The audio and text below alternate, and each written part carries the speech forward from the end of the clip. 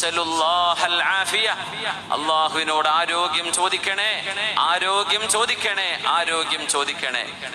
فإنه لم يعط أحد بعد تقوى الله. അല്ലാഹുവിനെ ഭയപ്പെടുക എന്ന വലിയൊരു അനുഗ്രഹം ലഭിച്ചു കഴിഞ്ഞാൽ നിങ്ങൾക്ക് ദീനീ ബോധമുണ്ടെങ്കിൽ പിന്നെ വേണ്ടത് ആരോഗ്യമാണ്. അതുണ്ടെങ്കിലല്ലേ ഏത് പ്രവർത്തനവും നടക്കൂ.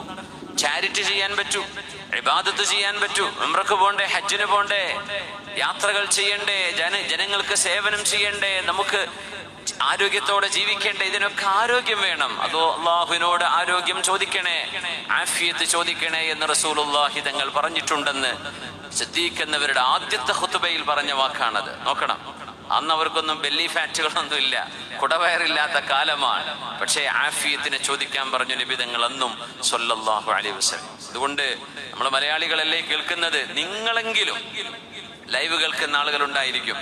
കേരളീയ സമൂഹത്തിൽ നമ്മൾ എന്തായാലും ഇറച്ചി മീനും ബിരിയാണിയും ഫാറ്റി ഫുഡുകളൊക്കെ തിന്നുന്നത്. രാത്രി ആ പരിപാടി അങ്ങ് നിർത്തിയാൽ 7 മണിയോടുകൂടെ വളരെ കനം കുറഞ്ഞ ഭക്ഷണം 7 മണിക്ക്, 7 മണി കഴിഞ്ഞാൽ പിന്നെ നിങ്ങൾ സുബഹിയാകുന്നവരെ ഒരു കനമുള്ള ഭക്ഷണവും കഴിക്കാതിരിക്കാൻ നിങ്ങൾക്ക് സാധിക്കുമെങ്കിൽ ഒരുപാട് രോഗങ്ങൾ ഇല്ലാതെ